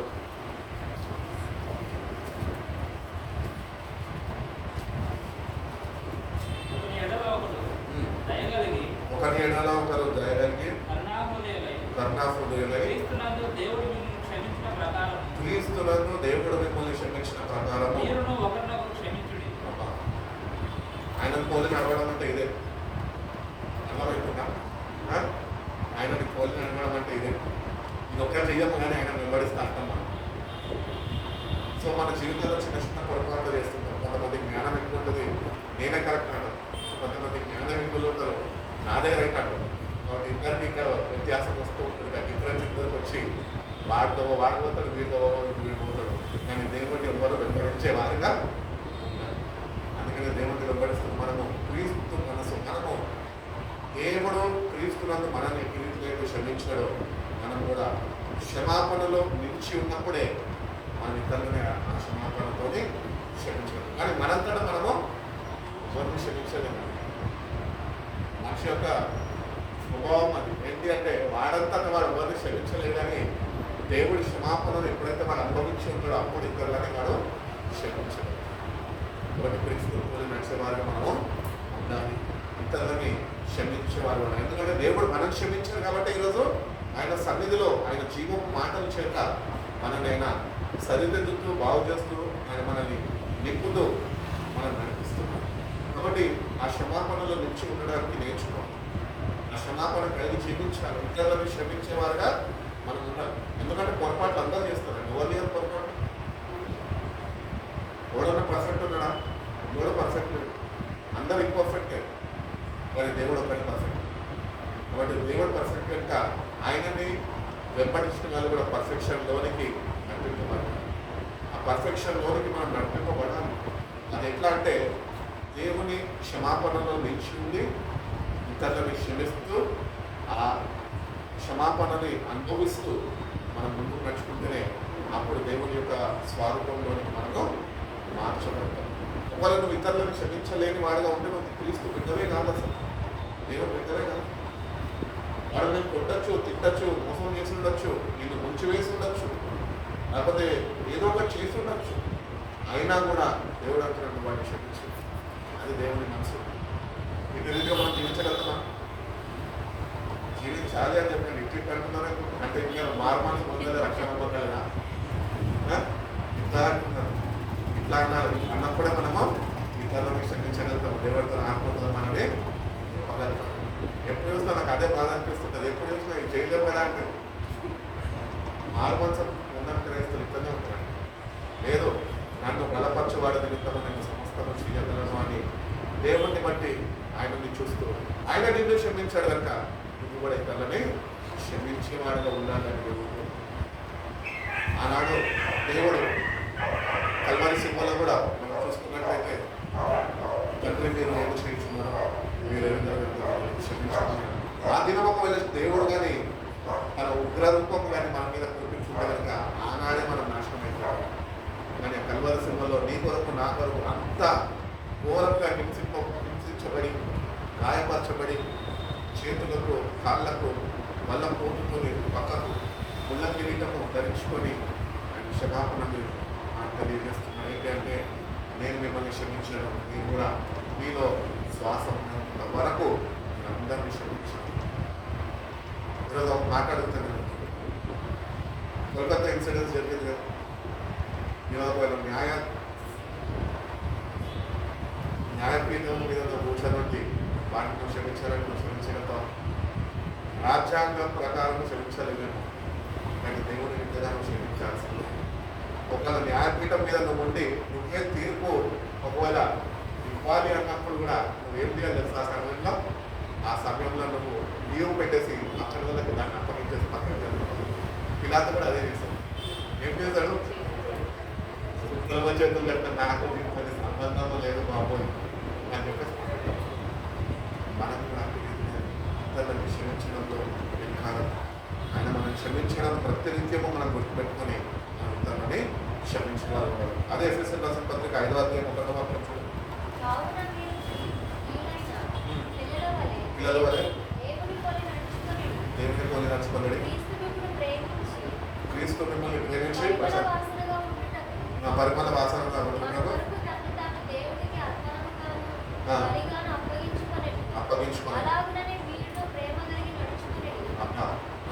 చూడండి. Be imitators of God, therefore dearly loved children, and live a life of love, just as Christ loved us and gave himself upon us for a fragrant offering, sacrifice to God. కాబట్టి దేవుడు తను తాను పరిమళ సువాసనగా తను తాను అప్పగించుకొని ఆయన మీకు ప్రేమించాడు. ఆ ప్రేమ మనం కూడా కలిగి జీవించాలి అని దేవుడు కోరుకుంటాడు. మళ్ళీ ఇంకొక వాక్యంలో మత్తయి సువార్త 5:8 చూద్దాము. హృదయ శుద్ధి గల వారు ధన్యులు, వాళ్ళు దేవుని చూచున్నారు. హృదయ శుద్ధి ఎవరికి ఉంటుందండి? పాట అయితే అందరూ పాడు. శుద్ధ హృదయము కలిగి మాట వరకే సరిపెట్టుకుంటాం, కానీ శుద్ధ హృదయము కలిగి జీవించలేము. కనుకనే దేవుడిని చూడలేని వారిని మనం అవిశ్వాసుల వలె మనం జీవిస్తాం. శిష్యులు దేవునితోనే ఉండి ఆయన చూసారు, కానీ విశ్వాసం లేని వారుగా అల్ప విశ్వాసులారా ఏమైంది మేము విశ్వాసం అనిపించుకుంటాం. ఈరోజు మనం కూడా శుద్ధ హృదయం లేదు కనుకనే దేవుడిని మనము చూడలేకపోతున్నాం. ఇప్పుడు శుద్ధ హృదయం మనకు కావాలి, దేవుని అడగాలి ప్రభా. అందుకనే శుద్ధ హృదయం ఎట్లా వస్తుందంటే పత్రికల్లో భక్తులు తెలియజేస్తున్నారు ఏమనంటే వాక్యము చేత ఉత్ప్రస్నానం చేయడం. వాక్యము నీ హృదయం మీద అది స్థిరపరచబడినప్పుడు, ఆ సత్యము నీతి క్రియలు అవన్నీలో ఉన్నప్పుడు ఇప్పుడు ఒక శుద్ధ హృదయం కలిగి నువ్వు జీవించగలవు. ఒకవేళ నువ్వు నిజంగా శుద్ధ హృదయం కలిగి జీవిస్తే కనుక దేవుడిని చూడగలరు. వాక్యము సెలవిస్తుంది. మళ్ళీ అదే వాక్యం అంటుంది దేవుడిని ఎవరు చూడలేదు. ఏది నమ్మాలి? అది విశ్వాసం. అది నమ్మాలి, ఇది నమ్మాలి, అదే విశ్వాసం. దేవుడు అందరినీ దర్శిస్తాడు. బయట దేవుళ్ళు అని పిలువబడుతున్న వారు ఎంతోమందికి లైన్లు కట్టాలి దర్శనం వరకు. పెట్టమన్నారు. నాకు చాలా మంది ఫోన్ చేసేటోళ్ళు, టీటీడీ తిరుమల దేవస్థానం టికెట్ ఇచ్చాను, విఐపి టికెట్ ఇచ్చాను. ఎందుకంటే మా ఫ్రెండ్ వాళ్ళ మమ్మీ అక్కడ అపార్ట్మెంట్గా కొంత సంస్థలో ఒక పెద్ద హెడ్గా పనిచేస్తున్నాను. ఆమె క్రైస్తవాలే. ఎన్నోసార్లు చెప్పిన అంటే నువ్వు క్రిస్టియన్ అయి ఉంటే నువ్వు అట్లెట్లు నాలో పనిచేస్తా అంటే ఏం చేస్తాం మీరు కడుపు రూపాయల వరకు ఏదో ఒకటి పని చేస్తాను. నేను నీదే ఇంకో నీ లెక్కను వర్ణించుకున్నాను. కాబట్టి దేవుని యొక్క దర్శనం కొరకే మనుషులు వ్యక్తి రీతిగా ప్రయాసపడుతున్నారు. కానీ దేవుడు మనకిచ్చిన ధన్యకరమైన జీవితం ఏంటంటే శుద్ధ హృదయం కలిగి ఉండడం చాలా నన్ను చూడగలుగుతాం. శుద్ధ హృదయం మనము కలిగి జీవించాలి అని దేవుడు కీర్తన గ్రంథం 24వ అధ్యాయము 4వ వాక్యం చూడండి.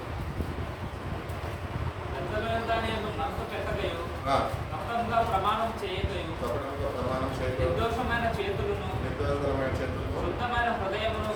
శుద్ధమైన హృదయమును కలిగి ముందు వాడే. కాబట్టి ఏమంటున్నాడు ఇక్కడ? వ్యర్థమైన దాన్ని మనం దేని మీద మనసు పెడతాం? దేవుని మీద మనసు పెట్టాల్సిన మనము వ్యర్థమైన వాటి మీద మనసు పెడతాము అని దేవుని వాక్యం మరొకసారి జ్ఞాపకం చేస్తుంది. కాబట్టి వాక్య ప్రకారం మనం వ్యర్థమైన వాటి మీద మనసు పెట్టకూడదు. సూర్యుడి కింద ఉన్నదాన్ని వ్యర్థమే అంటున్నాడు. జ్ఞాని అన్నిటి మీద పెట్టారు మనసు పెట్టాల్సింది దేవుడి మీద. అదన్నీ దేని మీద మనసు పెట్టాలి. ఎందుకంటే ఈ లోకంలో ఉన్నవన్నీ వ్యర్థమే. అందుకనే జ్ఞాని అయిన సలోమోను దేవుని దగ్గర జ్ఞానము పొందుకొని ఆయన ప్రసంగ జ్ఞానంలో తెలియజేస్తున్నాడు, సూర్యుడి కింద ఉన్నవన్నీ వ్యర్థమే. ఒకటి వ్యర్థమైన దాని మీద నీకు మనసు కనుక వాటి నుంచి మనసు తిప్పివేసి నేటి నుంచి దేవుని వరకు చూడు. నిర్దోషమైన చేతులతో ఆయన యొక్క ప్రాణాన్ని ఈ చేతుల వరకు దావీదు మందిరాన్ని కట్టించాడు దేవుడు. తన కుమారుడైన సొలొమోనుతో మందిరాన్ని స్థాపించుకున్నాడు. ఆయన ఎందుకు? ఆయన చేతులు రక్తమైపోయినాయి. పాపం చేశాడు, ఒక వ్యక్తిని చంపివేశాడు. ఆ రక్తము అపరాధము ఆయన మీద మోపబడి ఉన్నది. దానికి ఎంత పశ్చాత్తాపడి ఉంటాడు రావుడు. కాబట్టి మన జీవితాల్లో కూడా ఎన్నో పాపాలు, ఎన్నో చెడు కార్యాలు మనం చేసి దేవుని దగ్గర నుంచి ప్రశాంత చేతులైతే స్తోత్రాలు చెప్పడానికి స్తోత్రాలు చెప్తాం. ఎంతో చేయాల్సి చూసుకున్నాం. ఏ మచ్చలు, ఏ పాపాలు దీనికి అంటుకోవాలని చూస్తున్నావు?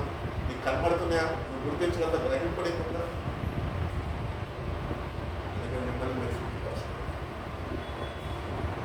మోషే ధర్మశాస్త్రంలో చూసినప్పుడు ఇస్రాయేల్ ప్రజలని దేవుడు రేపు వాళ్ళని కనవలప్పుడు మోషే ద్వారా ఒక మాటను చూపిస్తాడు. వాళ్ళని వాళ్ళు శుద్ధి చేసుకొని రేపు వచ్చిన ఆ సమయంలో మనల్ని అప్పుడు నేను వచ్చి వాళ్ళని దర్శిస్తాను.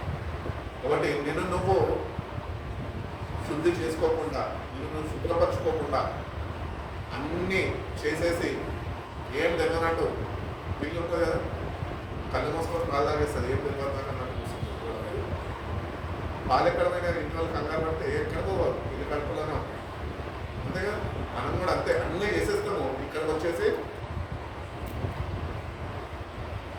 పవిత్రమైన చేతులు ఆయన చూడకపోతే చూడండి అనమాట. పిలిస్తే ఆలకించాడు.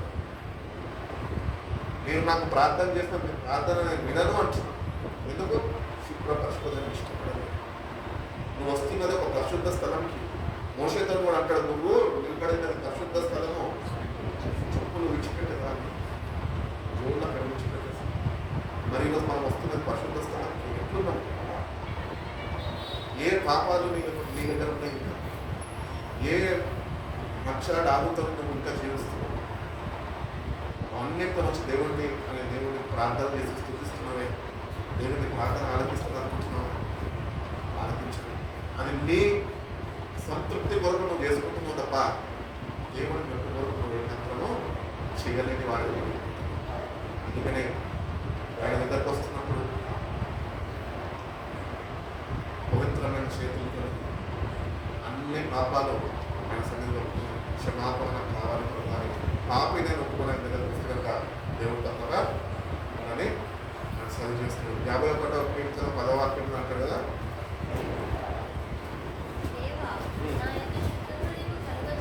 దేవా నా యందు శుద్ధ హృదయము కలుగజేయము, నా అంతరంగంలో స్థిరమైన మనస్సు నూతనంగా పుట్టించుము. అంటే పుట్టలేదు అని అర్థం. నాకు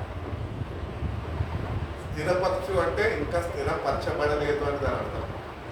కాబట్టి అర్థాలు తెలుసుకొని ఆ ప్రకారం మనం స్థిరపరచ శుద్ధపరచబడితే ఆ శుద్ధ హృదయం దేవుడు మనకి ఆయన అనుగ్రహిస్తాడు. కాబట్టి శుద్ధ హృదయం కలిగి మనము దేవుని సన్నిధానాన్ని ఆరాధించేవారు. మత్తయి సువార్త 5:9-10 చూసుకొని ముగించుకుంటాం. సమాధాన పరచువారు దానిలో వాళ్ళు దేవుని కుమారులు అనకూడదు. కాబట్టి సమాధానము కావాలి. సమాధానం ఎక్కడ ఉన్నది? ఎక్కడ ఉన్నది అని వదిలిపెడితే ఎవరిలో ఉన్నది? దేవుణ్ణి కలిగి జీవించే వారిలో ఉన్నది. ఏదో అని ఒప్పదండి, ఉన్నాను కొంతమంది సమాధానం కలిగి జీవించేవారు. అన్నింటినీ ఊపడం ఒక తెలుసు లేదు అని అన్నింటినీ నూనెనా ఎస్ఆర్ కూడా ఉండాలి మన జీవితాల్లో. కాబట్టి మీకు తగలేదా? ఓడో తగ్గడం కాదు, దేవుడో తగ్గుతుంది అనిపిస్తుంది. కాబట్టి సమాధాన పక్షులు ధన్యులు, వాళ్ళు దేవుని కుమారులు అని పిలువబడతారు. ఆయన సమాధానకర్తగా వచ్చాడు. యెషయా గ్రంథకర్త ఆయన జన్మకి ముందే కొన్ని వందల సంవత్సరాల ముందే సమాధానకర్తగా ఆయనని గుర్తించారు. కాబట్టి ఆయన పేరు సమాధానకర్త. భూమి మీదకి సమాధానము అని రాయబడిన యెషయా. కాబట్టి భూమి మీదకి సమాధానం వచ్చి రక్షణ పొందుకున్న మనము సమాధానము లేకుండా జీవిస్తున్న దేవుడుకున్నాము, ఇంకా మారు మనసు చెందలేదు. అందుకని నువ్వు సమాధానం కలిగి జీవించాలి అని దేవుడు చెప్పాడు. దానికి మనం చూసుకున్నట్లయితే హెబ్రీయులకు రాసిన పత్రిక 12:14 చూడండి.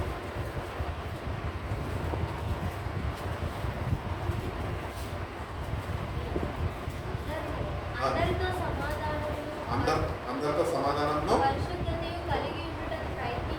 ప్రయత్నించుడి.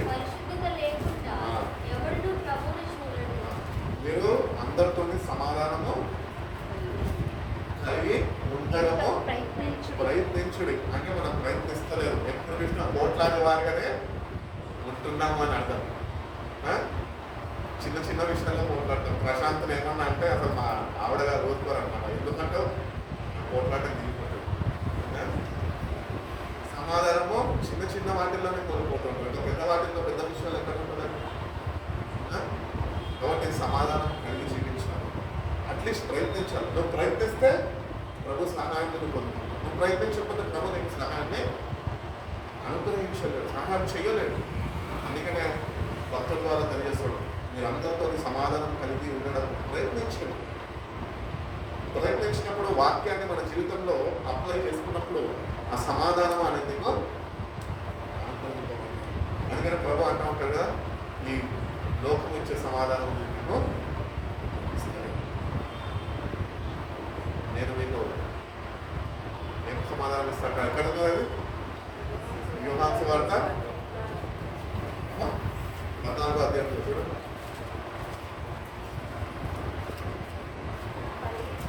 14:25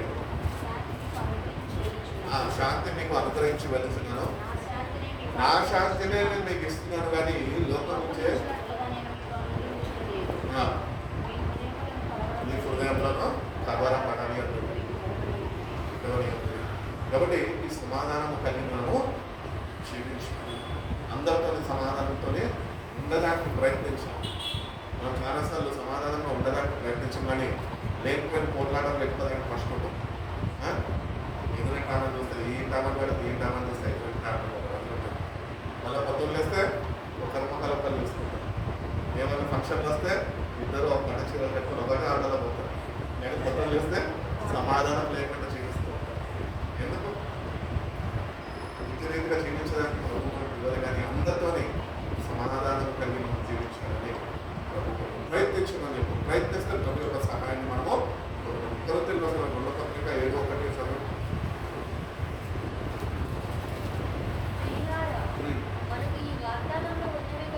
ఈ వాగ్దానంలో ఉన్నవి కనుక దేవుని భయముతో పరిశుద్ధతను సంపూర్ణత చేసుకున్నచ్చు, శరీరమునకు ఆత్మకు కల్మషం నుండి చేసుకుందాము. కాబట్టి ఈ శరీరం నుంచి దొరుకుతున్న మనకి కల్మషం అంతటిని మనము దాన్ని ఏం చేయాలంట? మనని పవిత్రులుగా చేసుకోవాలి. మనలో ఏ మాత్రము కల్మషం ఉండడానికి లేదు. కాబట్టి అట్టి రీతిగా మనము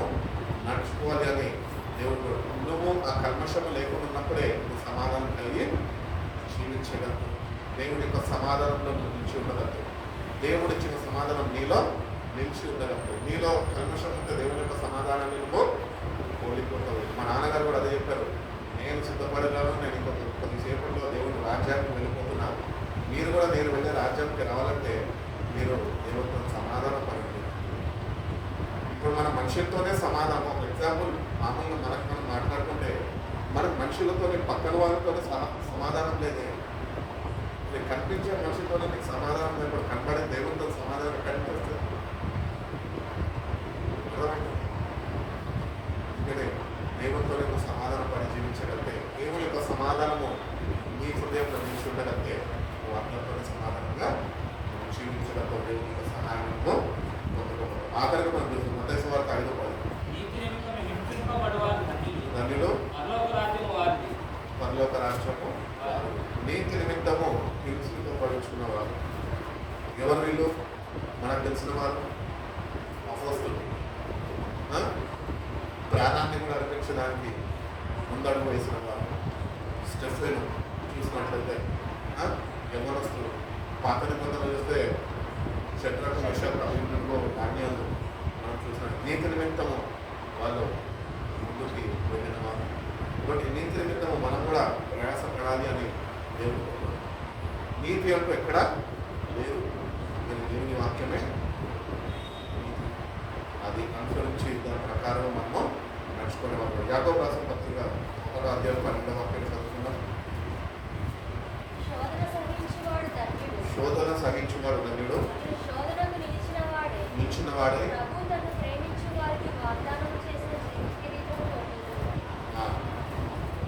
ఒకటి శోధన జయించువాడు ధన్యుడు, సహించువాడు ధన్యుడు. కాబట్టి శోధనను సహించే వారిని మనము ఉండాలి. Blessed is the man who perseveres under trial because he has stood the test. He will receive the crown of life which God has promised those who love him. కాబట్టి దేవుడిని ప్రేమించిన వారికి ఆయన జీవ జీవితము ఆయన ఇస్తాను. కాబట్టి అది పొందుకున్నప్పుడు ఎన్నో శోధనలు మన జీవితంలో వస్తూ ఉంటాయి. వాటిలన్నింటినీ మనము సహించాలి. వాటిని జయించే వాళ్ళు మనం ఉన్నాం. అవన్నీ మనం జయించగలిగితేనే ఆ జీవ కిరీటం అనేది దేవుడు మనకి అనుగ్రహిస్తాడు. మీరు ప్రకటన గ్రంథం 3వ అధ్యాయం అంటాడు, మీరు మహాశ్రమలో నుంచి వచ్చిన వారు, వాళ్ళ వస్త్రాల్ని గొర్రెపిల్ల రక్తంలో ఉతుక్కున్న వారన్న. మన బట్టలు ఉతుక్కుని నాకు టైం కదా, వాషింగ్ మిషన్కి పోతాం. రేపు అక్కడ కూడా పోయి వాషింగ్ మిషన్ వేసుకుంటాం అంటే వాషింగ్ మిషన్ ఉంటుంది అక్కడ. కాబట్టి మనం సరి చేసుకోవాలి. మనం సరి చేసుకొని శ్రమలన్నింటినీ మనము సహిస్తూ ప్రభు వైపు చూస్తూ ఆ దేవుడిచ్చే జీవ కిరీటంతో మనము వేగిలపడి ఓపిక సహనంతో మనము నడుచుకోవాలి. పేతురు రాసిన మొదటి పత్రిక 5:10 ముగించుకుంటాం.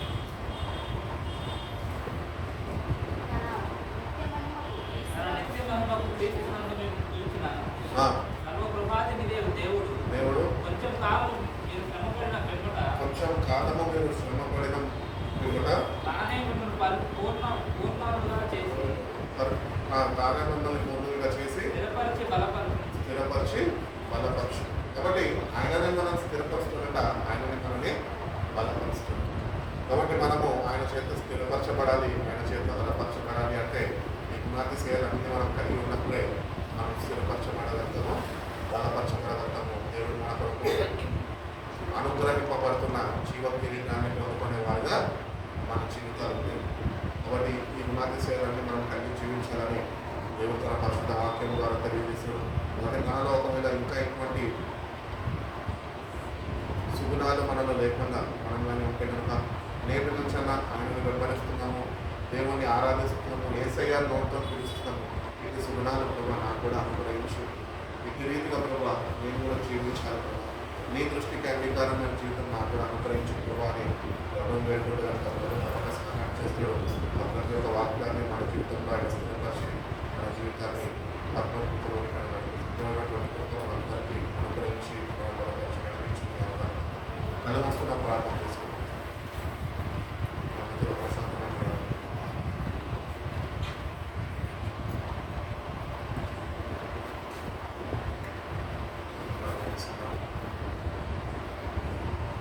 దేవుడు మనతో మాట్లాడినట్టుగా, ఆయనను పోలి నడుచుకున్నట్టుగా, ఆయన ఎన్నో విషయాలు మనతో మాట్లాడినారు.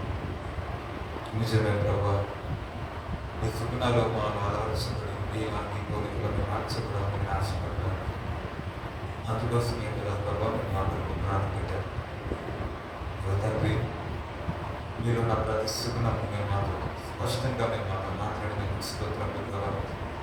మేము క్షమించుటలో, మేము ప్రేమించుటలో, అయా తండ్రి మీ కొరకు నీతి విషయంలో మేము అయా తండ్రి ప్రభావ సహనము కలిగి హింసింపబడిన ఆత్మను కలిగి ఉండటం, ఆత్మ విషయంలో మేము దీనత్వం కలిగి అయా తండ్రి ప్రభావ పరిశుద్ధత విషయంలో అయా నేను చూసే నేత్రాలు మేము కలిగి ఉన్నట్లుగా అయా తండ్రి ప్రభావ నీ రాకడలో మేమంతరం కూడా ఎత్తబడాలని ఆశపడ్డ తండ్రి నీ పాదలకు స్తోత్రాలు ప్రభావ. ఎన్నో విషయాలు మీరు మాతో మాట్లాడింది. అయా తండ్రి ప్రభావ నీలా మేము ప్రేమించినట్లుగా, నీలా మేము క్షమించబడకుండా, నీలా మేము కనికరించబడకుండా మేము ఉండడానికి మీరు మాకు సహాయం చేయమని ప్రార్థిస్తున్నాను. మా మనస్సులను మార్చి మా హృదయంలో దెబ్బగా చేసి ఇగో ప్రభావ మా మనసుకు తగిన ఫలము మేము ఫలించినట్లుగా నీ సహాయంలో నీ కృపను మాకు అనుగ్రహించి నీ వాక్యం విని అయ్యా తండ్రి విను మట్టి వారికి మేము ఉంటున్నట్లుగా ఇగో తండ్రి ప్రభా నీ యొక్క స్వార్థంలో మేము పోలికలకు మార్చుకుని ఇగో తండ్రి ఒక దినమున అయ్యా తండ్రి మేము నీతో కలిసి మేఘాలపై మీ కొనిపోబడి అయ్యా తండ్రి ప్రభా ఆ నిత్య రాజ్యంలో మేము ఉండడానికి కృపను మాకు అనుగ్రహించి మేము ప్రార్థిస్తున్నాం. ప్రతి బిడ్డ మీరు జ్ఞాపకం వచ్చిన బిడ్డలు బిడ్డలు దీవించి నేను ఆశీర్వదించింది ఈ వాక్యం అయ్యా తండ్రి ప్రభా దుష్టుడు ఎత్తుకోకపోతున్నట్లుగా ప్రతి బిడ్డ జీవితంలో ఇది ఫలించినట్లుగా ఈ వాక్యము ప్రతి బిడ్డ జీవితంలో అయ్యా తండ్రి సంపూర్ణమైన వారాలను మన మనసులోకి నడిపించినట్లుగా నీ పోలికలకు మేము మార్చబడినట్లుగా ఈ సుగుణాలలో మేము మా జీవితంలో అలవర్చబడి వాటి ప్రకారం మేము జీవించినట్లుగా తండ్రి కృపణ మాకు దయచి తండ్రి నీ సార్పకులకు మేము మార్చబడదు. మేము మా పరీక్షలు పొందారు పొందారు తండ్రి ప్రభావ మేము అందరూ కూడా ఏదో మేము లొంగిపోతున్నాం. మమ్మల్ని కనికరించి ఆ పరిశుభ్రమైన యువతని ప్రభా అయాతని ప్రభా పరిశుద్ధత లేకుండా ఇస్రాయేలులో మాకు ఇష్టానుసారమైన క్రియలతో, ఇష్టానుసారమైన భక్తితో, ఇష్టానుసారమైన రీతిలో మీకు ఎన్నోసార్లు మేము దుఃఖాన్ని ఆయాసాన్ని మేము మిగిలించి మమ్మల్ని క్షమించండి ప్రభావ. మమ్మల్ని మన్నించి మీకు ఇష్టమైన భక్తిని మేము చేయనట్లుగా, మీకు ఇష్టమైన క్రియలు మేము చేయనట్లుగా, మిమ్మల్ని సంతోషపెట్టేవారు మాకు ఇవన్నీ బిడ్డలుగా నీ పోలికలకు మార్చబడినట్లుగా నీ సహాయాన్ని నీకు మాకు అనుగ్రహించి నీ ఆత్మ నడిపింపును మాకు అనుగ్రహించి నీ ఆత్మతో మేమందరం కూడా నీ పోలికలు మార్చుకుంటే సహాయం చేస్తారు. బిడ్డలందరూ మీరు దీవించి ఆశీర్వదించమని మమ్మల్ని బలపరిచి నీ రాక ప్రార్థన పెడుతున్నాం మా పేరు ప్రవేశ